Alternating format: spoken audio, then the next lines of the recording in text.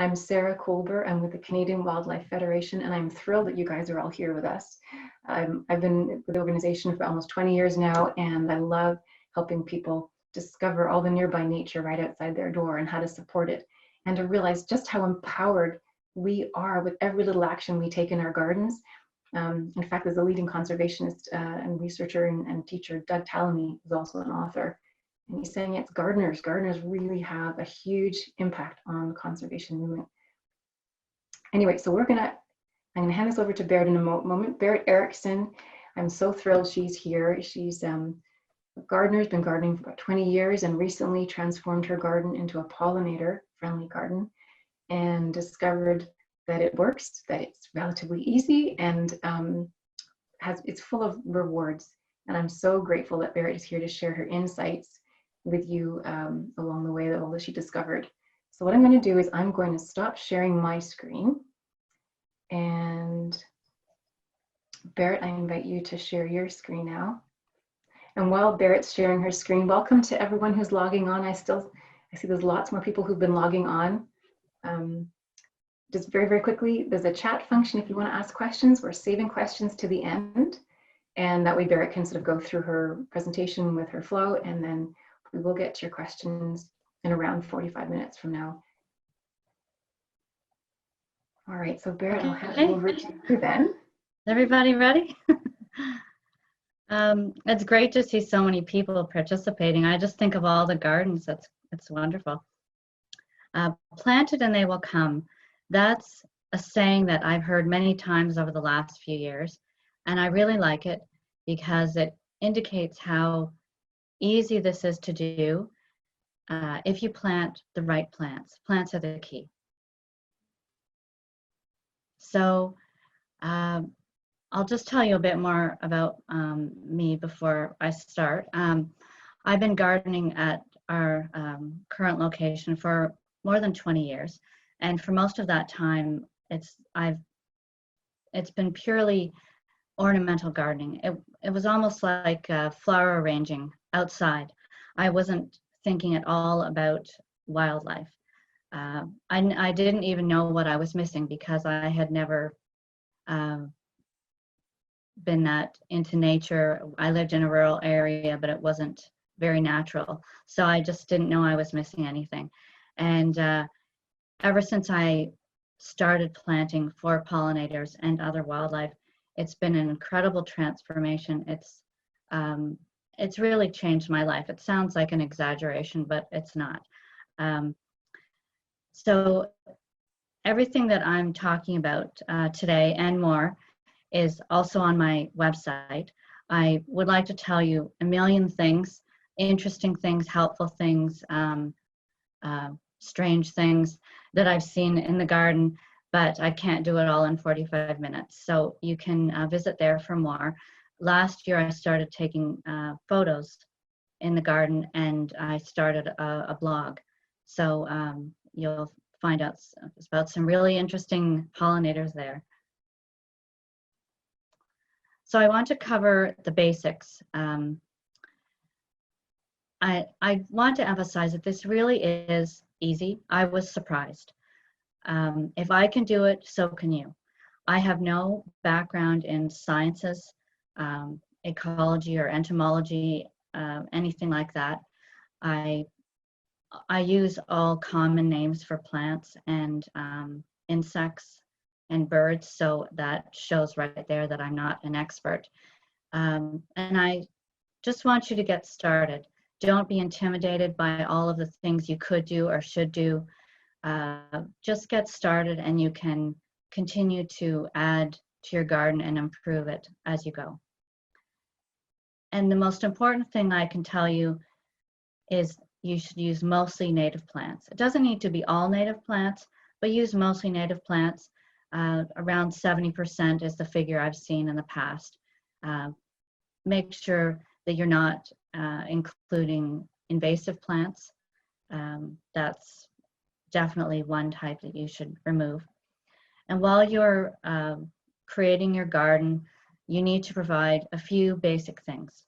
Food plants, so that you provide nectar and pollen for bees, and host plants for butterfly caterpillars, and water.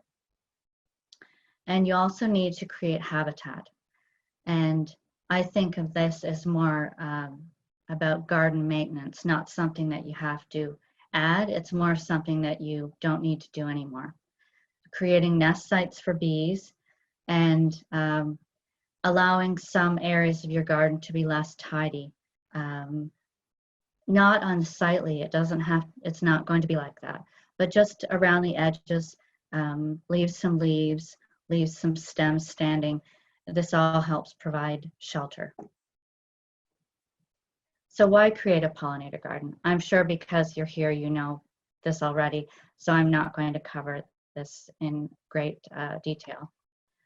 When I created my garden in 2017, it was actually in January. We lost a cedar tree in the front yard near the road. I knew I had to do something in this space.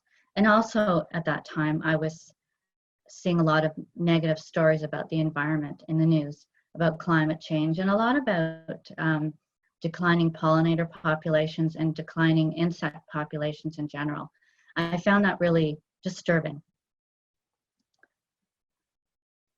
And I also learned that some pollinators don't even exist in Ontario anymore, where I'm from, such as the Carner blue butterfly and the rusty patch bumblebee. I always thought that problems like habitat loss and other issues were really American problems because they have such a big population. Here we have so much nature out there. I thought it can't be a problem here, but it actually is. So what I tried to figure out, what can I do about it? So as I was reading gardening books, there are actually a lot of great new gardening books that have been published in the last few years that address naturalistic gardening or actually gardening for wildlife. The naturalistic gardening books are more concerned with design, but they also benefit wildlife. So I determined that I could help pollinators and other insects in my yard by not using any chemicals. I didn't use pesticides to begin with, but I was using some herbicides and fungicides, so I stopped them. And I read a lot about habitat loss and fragmentation that is taking away the places where insects and the creatures that depend on insects like birds and amphibians, is taking away their places where they can live and their food. So these are a couple of the great books that I found. The Victory Garden for Bees, it's actually written by a woman from Vancouver, I believe, somewhere in British Columbia. It's a very good book. And the Pollinator Victory Garden is an American book that I think it was published in January. And they're both very good places to start if you're looking for a book. The Pollinator Victory Garden, the author Kim Eierman has a website called Eco Beneficial with useful information there too. So the gist of these books was that we can create new habitat for pollinators in our gardens, and it can have a significant impact if many people do this, just like the Victory vegetable gardens did during the war. Many people planted vegetables in their yards, and it added up to have a significant impact during the war. And we can have a significant impact doing this now. I like this quotation. I actually heard it on YouTube. You can't do all the good the world needs, but the world needs all the good you can do. I often hear from people, well, these problems are so big, I can't really have an impact. Well, I don't think that's true. And this quotation sums it up. So here's my pollinator garden. This is the spot where the cedar tree was that fell down in the winter with freezing rain and wet snow. and the grass, I'll use that term loosely, was mostly crabgrass and dandelions. So I decided to create a pollinator garden. This is what it looked like in early August. Again, this picture was from Google Maps because I didn't have any, didn't take pictures then. I didn't expect much from this garden, really, even though I wanted to try. We live in urban Ottawa. There's a huge school field behind us. We're just a couple of blocks from a 4-lane road with strip malls and gas stations, and most of the houses around us have huge lawns and not very many flowers. But to my surprise, the garden was an immediate success with both the insects and with the neighbors. While I was working out there, every time people stopped to talk to me and ask questions, and people even driving around the corner would shout, you know, good job or something like that at the window, which I found humorous. So right away, we had an American lady butterfly, or several, I didn't ever see them, laying eggs on their host plants, Pearly Everlasting and Field Pussy Toes. I had never seen this butterfly before. I'd never seen the caterpillars. They make a little webby shelter on the plants, but I noticed these strange webs and wondered what it was all about. And I knew that instead of just squishing the bugs, I had to learn about them first to make sure that, to see if they were beneficial or something that I actually had to squish. A Way to Garden blog and books and podcasts, the author is always saying you have to stop your wish to squish. So by September of that same year, this is what the garden looked like. It had really filled in. A lot of them were annuals that I planted to fill the gaps while the native plants establish. Native plants, they sleep the first year, they say. That means they are growing their roots underground. They don't look like they're doing very much. They creep the second year, so they're have more growth, but it's still a bit slow. And then the third year, they leap.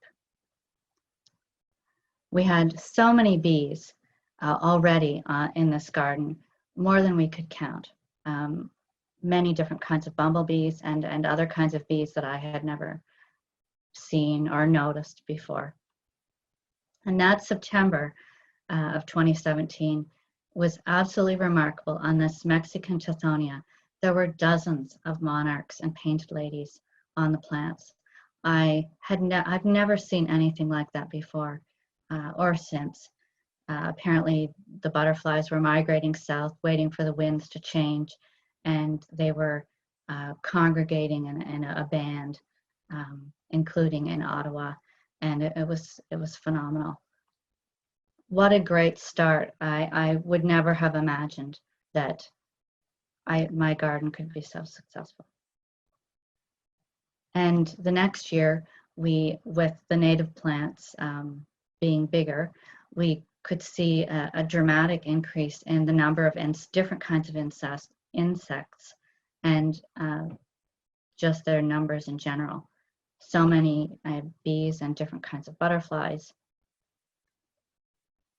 And because of the success of this little pollinator garden on the corner, I started adding native plants to the rest of our yard.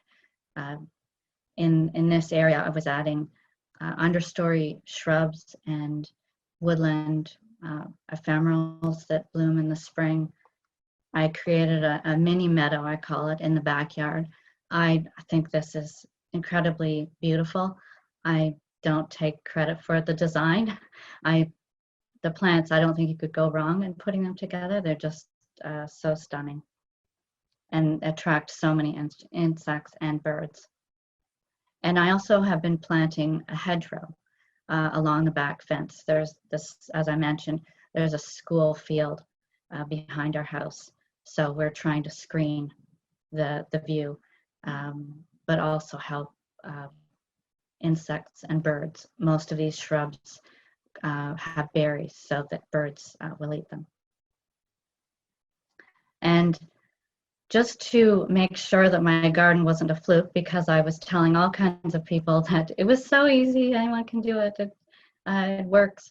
I helped put a butterfly garden in a school, a local school. And this is what the garden looked like in September, just before school started. And we had put it in June. And it looked great. And we hadn't watered it, done very little throughout the summer, even though we had near drought conditions. And already we had monarch and black swallowtail caterpillars on their host plants. We had other butterflies visiting for nectar, and we had half a dozen kinds of bees. And that was only what I saw when I went to pull a few weeds. I don't know what could have been there the rest of the time. It was a great success, I think. So a number of people have said to me when I talk about my garden that they can't do this because they don't have a green thumb. They're interested in helping pollinators, but they can't do it. And I don't believe that. I think Mother Nature does have the green thumb. You just need to give her a helping hand with native plants.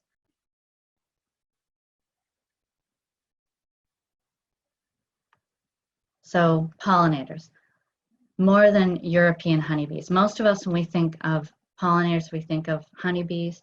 This G's Bees is a local company that sort of rents out hives for people can put them in their yards.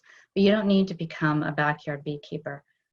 You can help many kinds of pollinators, not just honeybees, with a garden.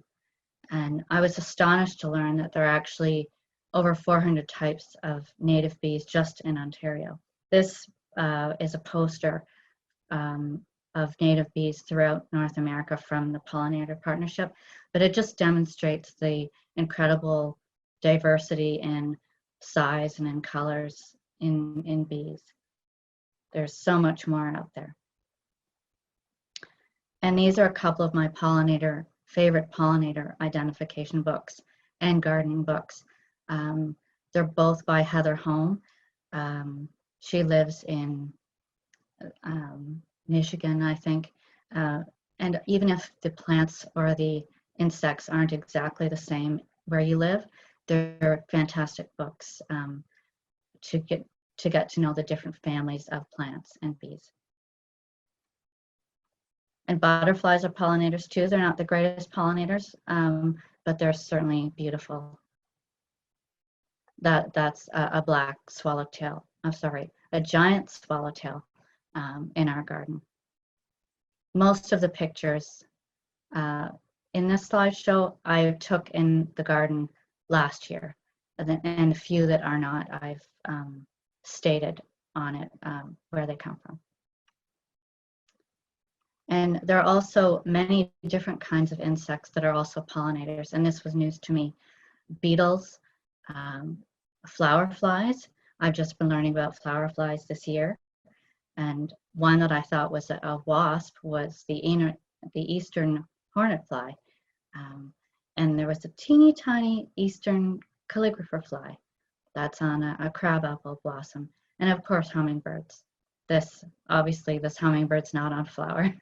I'm trying to grow more flowers for hummingbirds, but we don't quite have the right habitat. We don't have enough trees and shrubs yet, but I'm growing them. So first you need to provide the food, and that is flowers that provide nectar and pollen. You'll want to provide flowers continuously from spring to fall. And the easiest way I plan out different garden areas, I start with the fall and I plant goldenrods and asters. And for the spring, I plant spring blooming shrubs and trees and woodland plants that bloom early. to take advantage of the sun before the leaves come out. And then summer, there are tons of options. That's the easiest time to choose plants. And you should plant in drifts if you have room of 3 to 5, so that the food is easy for insects to spot from a distance, and there's lots of food in one spot. And the flowers need to provide nectar. This is a great spangled Fritillary. Last year was the first time we'd ever had them in the garden. Their host plant is violets and protein. This plant is a prairie annual partridge pea, and it's a great plant. The legumes are great sources of pollen for female bees, the moms, and their larvae, and include a variety of flower shapes and sizes. So flat flowers like the Ohio goldenrod, spikes like the anise hyssop, the bluey purple spikes, and composite flowers like the echinacea. They all appeal to different insects. So again, this is how the kinds of plants I include for the different seasons. So for spring, the shrubs, pussy willow is fantastic. I've included it in the back corner of the yard. It shouldn't be planted close to a house or pipes. And the spring plants like bloodroot and woodland phlox. And one particularly important bee to provide for in the spring it's queen bumblebees. On the left is a northern amber bumblebee, and the right, I think it's a common eastern bumblebee. And interestingly, the northern amber bumblebee really liked penstemons, and it visited this patch of penstemons every morning for a couple of weeks. We didn't see it anywhere else in the garden. And in summer, there are many options. That's the easiest season.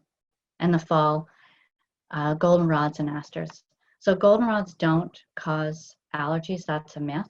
Their pollen is sticky and large and doesn't fly through the air. It's ragweed that causes the allergies.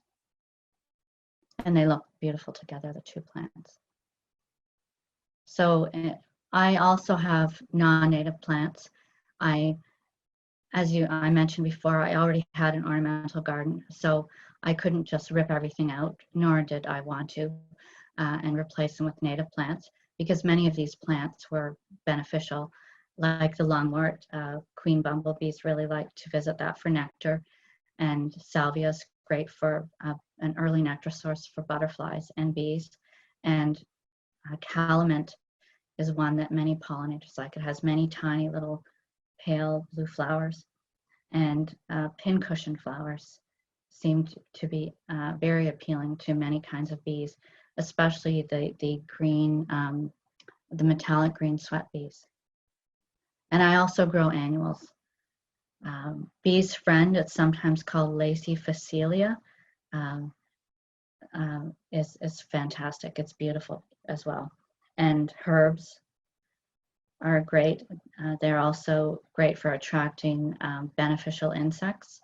And then Mexican Tithonia, I always include now that we had all the monarchs in September of 2017. And Brazilian verbena is another annual I always include. It may be invasive in some places. I don't know if it is in Canada, but it is in some places in the States, but it's not here. So you'll find lots of lists of pollinator plants. This is a group of PDFs from the Xerces Society. Obviously, they're oriented to the United States, but many of the plants will be similar. For Ottawa, the Great Lakes region list is suitable, and then there are ones from east to west. So that's a place to start if you're looking for plant ideas, native plant ideas. And excuse the hand-drawn and colored in triangle here, but I'm an amateur, like I said. I like to think it has some kind of amateurish charm, but this is how I choose plants. These large lists of plants I found overwhelming. I hadn't worked with native plants. I didn't know what they were. It was very difficult for me to choose. So I just tried to narrow down a list. I removed the invasive plants. I had Japanese barberry and miscanthus, porcelain vine. I removed them first. I tried to work with what I had, which were some annuals and non-native plants. Then to add the native plants, I looked at the conditions, light and soil conditions. I looked at pictures that I liked. I tried to choose a color scheme, anything to help sift down the options, and then looking at bloom time and height. And there are a lot of more focused lists. Again, Heather Holm, who produced the bee identification book, she has a series of posters that are intended to show you what will grow in different conditions. And then I make a kind of table just to make sure I have all the bases covered, the different seasons, that I don't have all the white flowers in one season or whatever, just to make sure that it's evenly distributed, that I've covered everything. Now, the next kind of food that you need to provide in your garden is host plants for butterflies. So the host plants help support butterflies throughout their whole life cycle. Flowers provide nectar for the adult butterflies, but they need host plants to feed their caterpillars. So these pictures are from last summer again.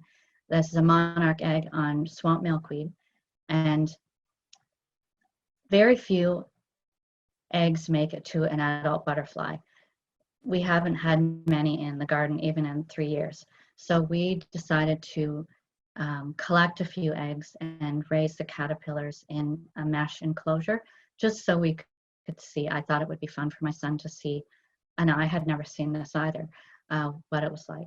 So we had the monarch eating milkweed, common milkweed leaves, and then there's a picture of its chrysalis and its newly hatched, I'm not sure what the term is, a butterfly. And something that I keep having to remind myself is you don't have to do it all. Common plants like native trees do a lot. Their flowers feed bees early in the spring, and they're fantastic host plants for many different kinds of moths and butterflies. And you can see this is a table that doesn't seem to exist anymore on Douglas Tallamy's website, the bringingnaturehome.net.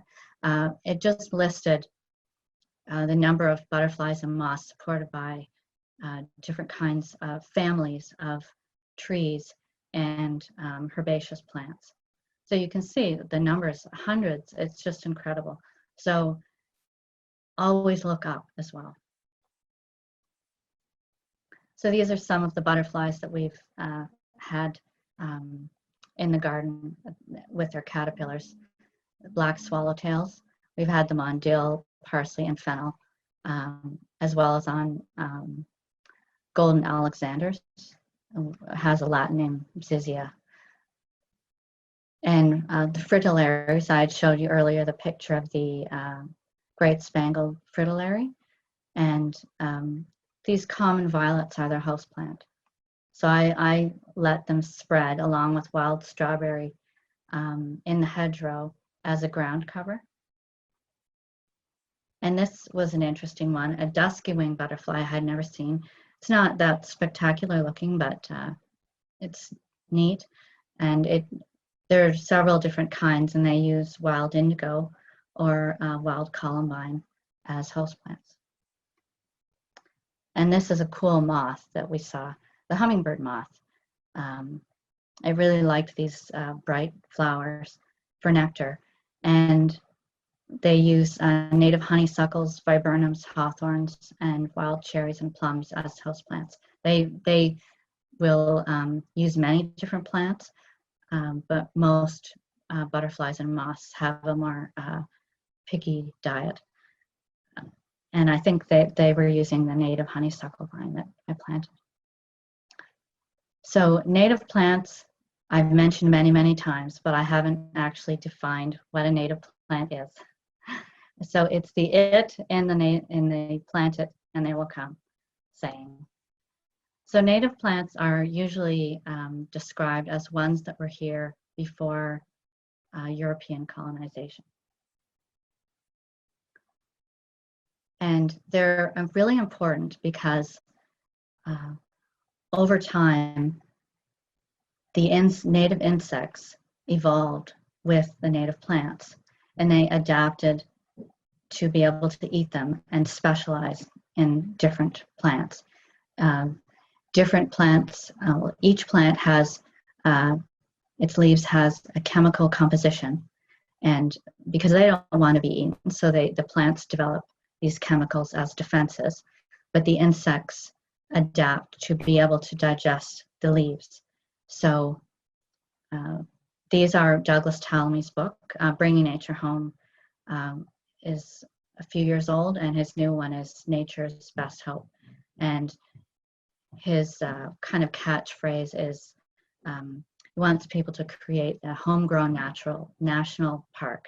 So if many people create little gardens in their yard for wildlife, it will add up to the size of a national park. So the familiar example of specialization with insects is the monarch. Their caterpillars can only eat milkweed. And it's interesting that milkweed actually supports many other insects. So this red milkweed beetle, when I first saw it, I thought it was a lily beetle. They're red without spots, but I didn't squish it. I was proud of myself. So I looked it up, and here it's not harmful at all. It just eats the milkweed, and it doesn't eat a huge amount. It doesn't take food away from monarchs. And this is the picture of a milkweed tussock moth. My pictures were blurry. I tried to take them with a phone. And it also eats milkweed. It likes the tough lower leaves, whereas monarchs prefer the tender leaves. And there's a small milkweed bug. This is on a butterfly weed with the orange flowers. And they eat the seeds. And it's neat. Birds will actually use the fibers inside milkweed stems, at least swamp milkweed stems, to make their nests. So native plants are multitaskers. They do so much. And when I keep learning about different plants, native plants, each one I learn about supports all these different insects and functions. And it's not just butterflies that are specialists. 25% of native bees are specialists as well. They collect pollen from only one kind of plant to feed their larvae. And examples that I've seen in the garden are sunflower bee. These pictures are from the Hamilton Pollinator Paradise, and squash bee. I didn't have the memory card and the camera when I saw the sunflower bee. That was a hard lesson, but so I'm using this other picture here. Buying and growing native plants. Now, you would think native plants would be very easy to find. Well, they're not. They're becoming more available in garden centers and nurseries, but it's still tricky to find them. So that's the first challenge in creating your pollinator garden. I actually grow most of my native plants from seed. Because I had started my first garden in January, that turned out to be the perfect time. I bought seeds and planted them in pots outside in the snow. It sounds crazy, but it works. And when you're sick of winter, it's a great way to pretend you're gardening. So my husband had built the wooden frames with mesh on top to keep the squirrels out. And you can also put a pot tray with a rock or something just to keep them out. And I use little metal fence pieces too. The conventional way of growing native plant seeds is, okay, let me backtrack. Most native plant seeds, or many, require a period of cold before they'll germinate. So that's why I'm planting them out in the snow. I'm not entirely crazy. Most people will put them in baggies in the fridge. So they do the artificial cold moist stratification, this fancy name. But I don't want to deal with the baggies and keeping track of how long things have been in the fridge. So I just stick them outside and let Mother Nature do the work. There is also a subset of native plants that where the seeds don't require cold. So if you want to start growing native plants now for a pollinator garden, it's not too late. You can buy seeds and plant them outside, just like you would an annual or a vegetable. So to find native plants, the best sources here in Ottawa have been the local Field Naturalist Club. They have an annual sale, and there are a few small native plant nurseries. And I'm sure you will find similar organizations and nurseries throughout the country. You will find some in garden centers and conventional nurseries as well, but it's just a little more challenging. If you are buying from a big box store or nursery, just ask to make sure that the plants weren't treated with pesticides. This has been an issue. I think companies are trying to address the problem, but plants were tested in Ottawa by Friends of the Earth in 2018. The testing was done in 2017, and they found that pesticides, even banned pesticides, were on plants, even ones that were would appeal to pollinators. And also be wary of cultivars. There's a botanical garden in the States, Mount Cuba. They are doing trials of all kinds of different cultivars to see if they appeal to pollinators in the same way, because sometimes nectar or pollen or a different shape of flower is bred. With breeding, they lose their appeal to pollinators. And my example, I saw this in practice in my garden. I grew powwow coneflowers, white powwow coneflowers from seed, and the pollinators have no interest in them at all, and neither do the birds. I guess they're sterile or something. But the species pink coneflower, there's tremendous activity from insects, and then later birds eating the seeds. So now that we've addressed the food that you should provide in the garden, now I'll talk about creating habitat. And again, I say it's all the things you no longer need to do. It is easier than conventional ornamental gardening. So one way you can provide nests for bees is cavity nests. So you've probably seen bee houses for sale. They're obviously not usually found in nature. The bees will nest in stems or in holes made by beetles. And you can see this is an illustration from Heather Home. It's from one of her posters. And you can see that the bee makes a little ball of pollen and lays an egg on it. So I need to backtrack for a second. This blew my mind that most bees are actually solitary. They don't live in a colony like a bumblebee or a honeybee with a queen with many workers. Most of them, it's one queen and she makes her nest or multiple nests. And so the groups are, they either make nests in cavities or in the ground, which I was shocked. I had no idea that any bees would make nests in the ground. So this is an artificial nest that I have at home. I don't think it's particularly well designed, but it seemed neat. In order to clean it, I will have to take the plastic cover off and, I don't know, bleach it out or something. I don't know what I'm supposed to do. But you can at least see how the bees make the partitions. The top picture, I believe it's some kind of parasitic or parasitoid wasp. It was leaving little spiders and little caterpillars in because they are carnivorous or omnivorous. Bees are like vegetarian wasps. They only feed their larvae pollen. So in this bottom one, you can see the yellow. So that obviously, and the little white things are the larvae, the bee larvae. And this is a well-designed nest box.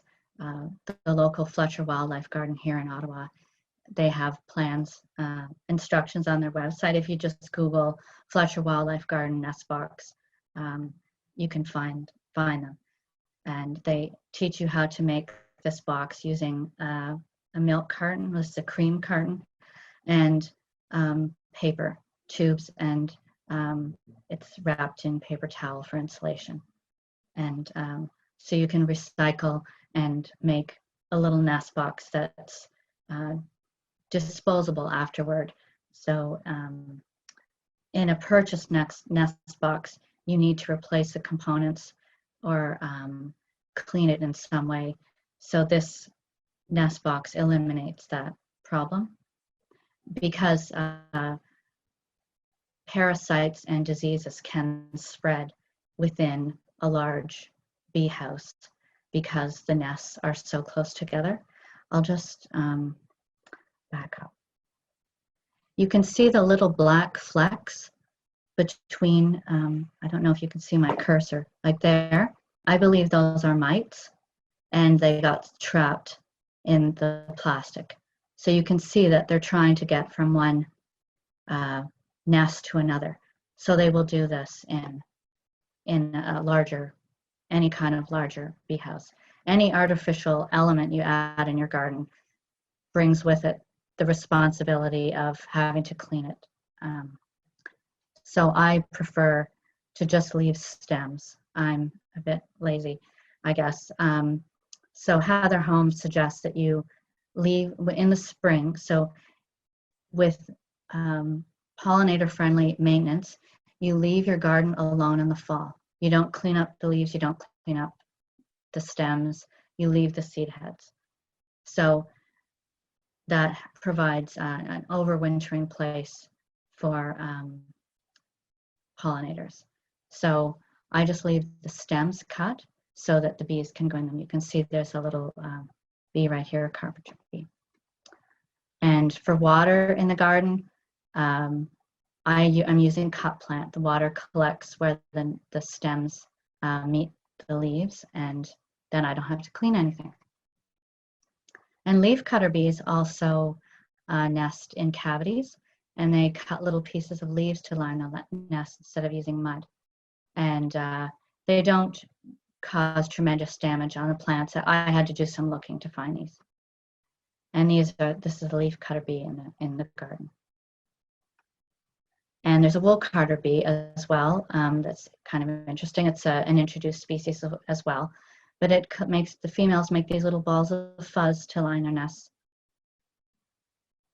So this is a picture of, again, from Heather Holm, of what a ground nesting bee nest looks like. And 70% of native bees nest in the ground. So use mulch sparingly and avoid landscape fabric so that there are places for the bees to dig. It doesn't have to be great expanses with no plants, but just leave areas. I actually find that they often go near plants. Maybe it's because it's a bit hidden. And here's a mining bee nest in our garden. And you can see the little bee poking out. And there's the bee on pussy willow. And this was a really neat nest that I found last year, a bicolored green sweat bee. And they make a kind of underground apartment building where each female has her own networks of tunnels, but they share the entrance. And that's so that they can guard it, because there are other insects, like if you can see down at the bottom here, this little kleptoparasitic bee, I think is what it's called, will go in and lay its eggs in the nest. And bumblebees will also nest in the ground or near the ground. They seem to like old mice nests, and that's what the nest looks like. And briefly we had bumblebees nesting under our shed, but it just didn't seem to be a successful nest. This was last year. It was a very hard year for bumblebees with the late cold spring. And bumblebees are generalists. They will visit all different kinds of flowers, but each species has flower preferences. Remember I mentioned the northern amber bumblebee really like the penstemons. So these are some different kinds of bumblebees that we've seen in the garden. And we had a yellow-banded bumblebee, which was exciting. It was a rare, it was just one. So to continue with creating safe shelter, you want to avoid pesticides, fungicides, and herbicides, and let predatory insects and parasitoid insects do the work. And these are some that I saw in the garden last year. And pollinator habitat is also habitat for these beneficial insects. And this is a ladybug in different stages of its life. So many conventional garden practices harm pollinators. So try to be a lazy gardener. It doesn't mean your garden has to be unsightly. During the winter, even butterflies will overwinter in the leaf litter. And that's a morning cloak butterfly that hides out during the winter. And if you leave the seed heads, birds will eat the seeds. So there's a goldfinch eating echinacea seeds, coneflower, and junco eating anaciso. And if you delay spring cleanup, I've seen several times that you should wait until it's 10 degrees Celsius consistently during the day, so insects can wake up and leave their overwintering spots. And I just added this in about watering because we haven't had rain here in 2 weeks. If you need to water, try to spot water or use soaker hoses. And if you use sprinklers, use them between sort of dusk to dawn when bees are inactive. And the only place that is still work in my garden, I think, is with the weeding and editing. And it's getting a lot better, especially as I plant more densely or as the native plants spread. And this is a book that I had taken from the library that has very good information about how to maintain your garden in an easier way. So what will the neighbors think if your garden is a bit messy? Well, I was concerned about that. I haven't had any problems. No one has complained to me.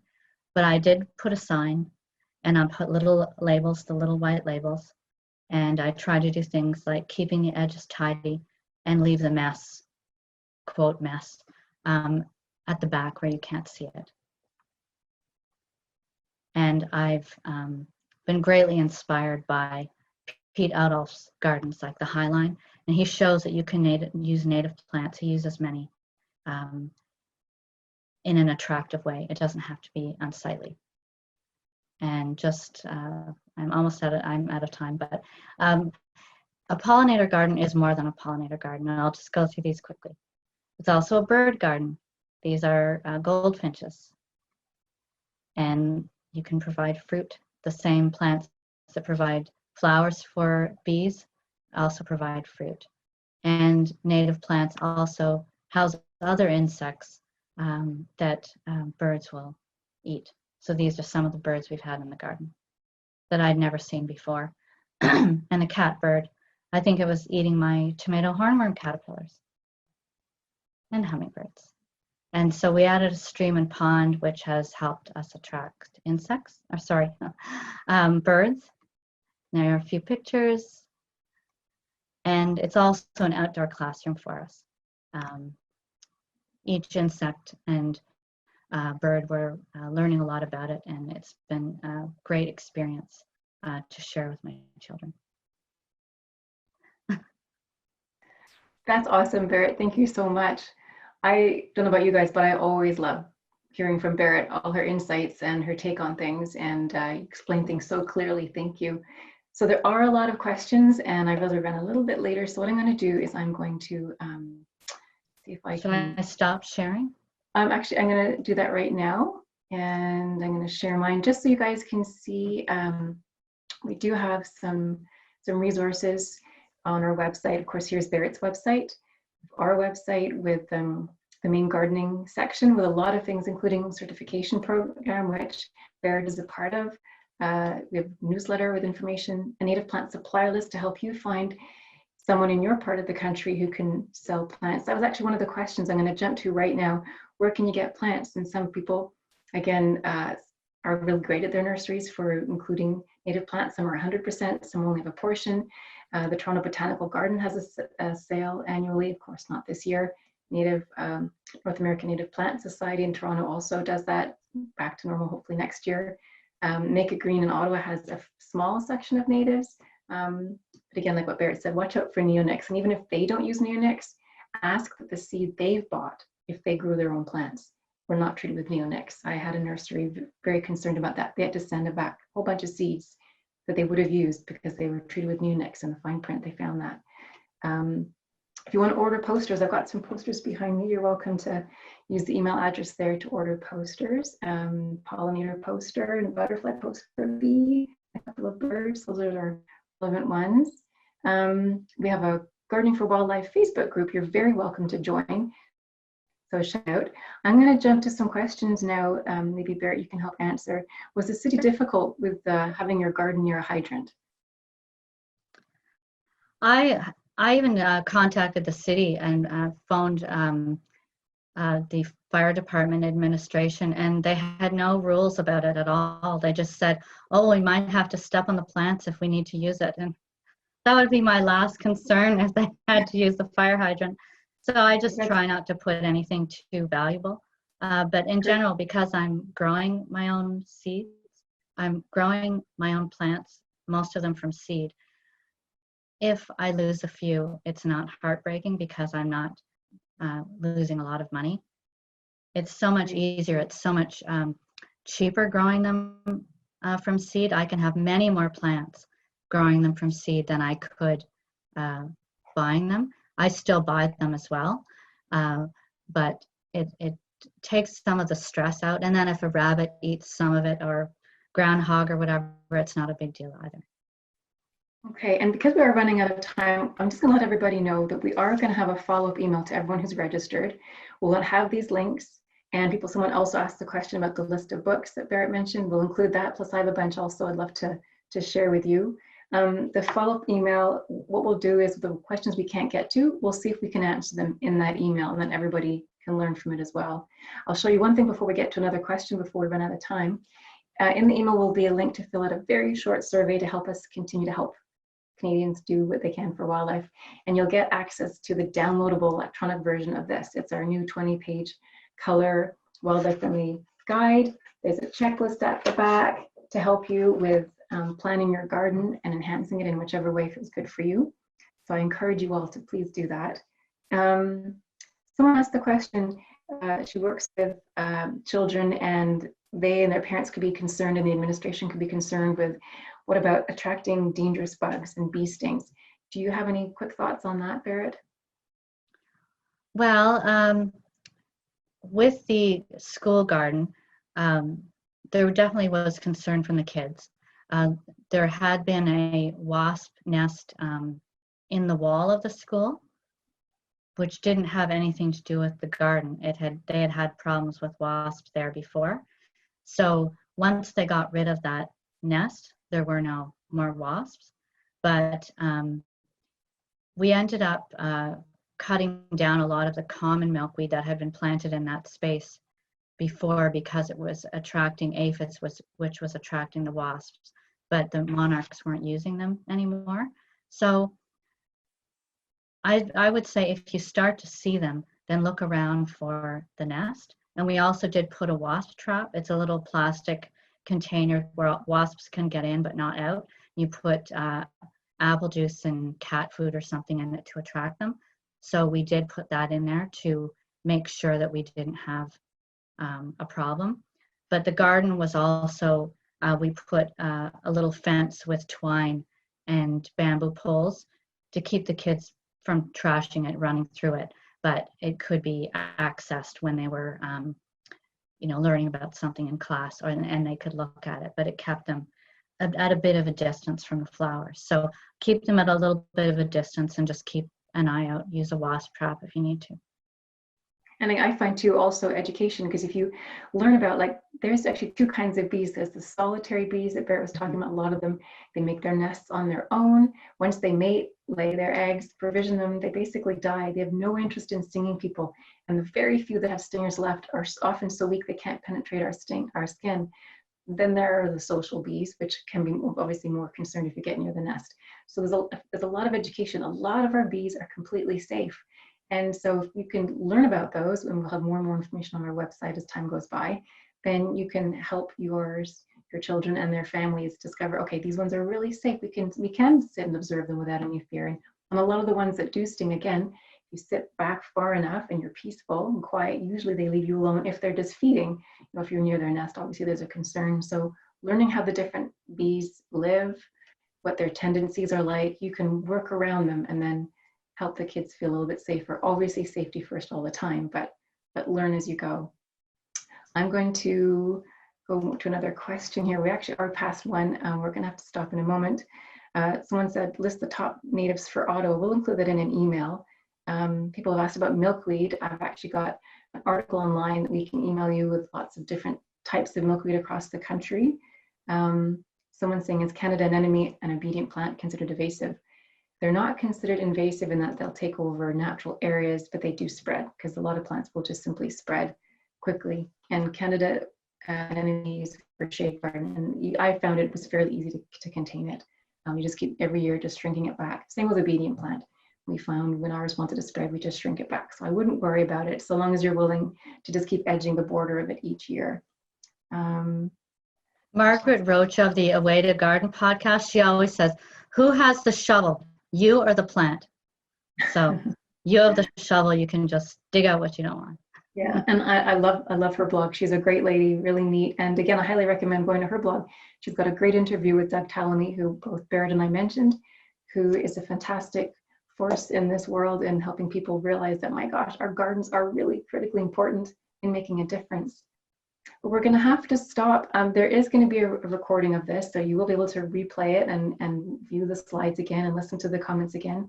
We will have resources sent to you. I am so excited that you were all here with us today. Thank you, Barrett, so much for all of your insight. I really appreciate it. Welcome. Yeah, it sounds like there's a lot of enthusiasm from the group as well, so thank you. So thank you very much, and I'm going to wish you all a great rest of the day, and check in with our website for future webinars. We have several more planned, and we have quite a lot more resources on our website. And again, my email address will be in that email as well, so you can contact me if you have any future questions as well. Great. So thank you very much, Barrett, and I'm going to stop sharing my screen now. There we go. So any last thoughts from you, Barrett, at all before we part ways? I wish I'd been able to finish, but I had a few more slides there. That's okay. Yeah, you got great resources there for sure. Thanks, Well, everybody. I hope people get planting, and we'll have lots of gardens. Thank you. Bye-bye.